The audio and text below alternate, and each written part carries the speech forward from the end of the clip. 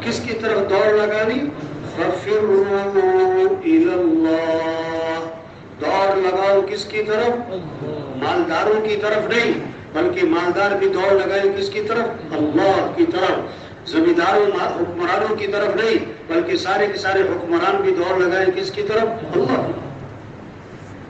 اللہ کو ساتھ لو، ہمارا مطلوب کون ہے؟ اللہ۔ لا الہ الا اللہ، اس کا کیا مطلب ہے؟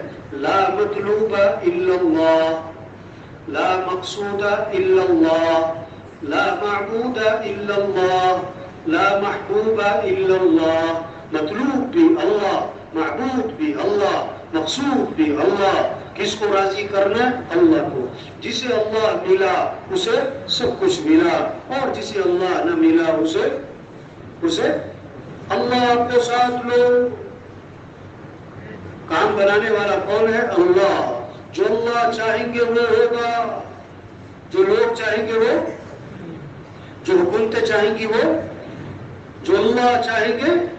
وَمَا تَشَاءُونَ إِلَّا أَن يَشَاءَ اللَّهُ، جو تم چاہو گے وہ نہیں ہوگا، اور جو اللہ چاہیں گے وہ۔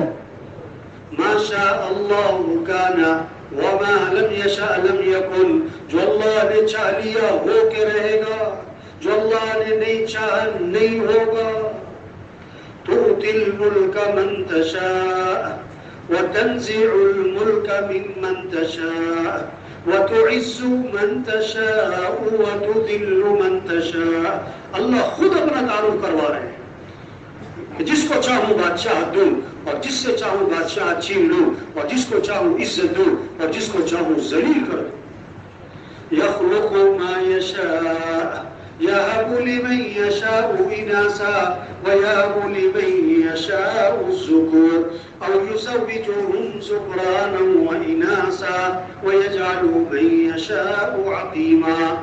اللہ خود فرماتے ہیں جسے چاہوں بیٹے دوں، جسے چاہوں بیٹے بیٹیاں دونوں دوں، جسے چاہوں بیٹیاں دوں، اور جسے چاہوں نہ بیٹا دوں نہ بیٹی دوں۔ اللہ ہے۔ اس کائنات میں کس کا امر چلتا ہے؟ الا لہ الخلق والامر، پیدا کرنے والا بھی اللہ ہے، اور امر بھی کس کا چلتا ہے؟ اللہ ہی کا چلتا ہے۔ اس اللہ کو راضی کرنا، اس اللہ کو ساتھ لینا، یہ ہے کامیابی، وہ ہے ہمارا مطلوب۔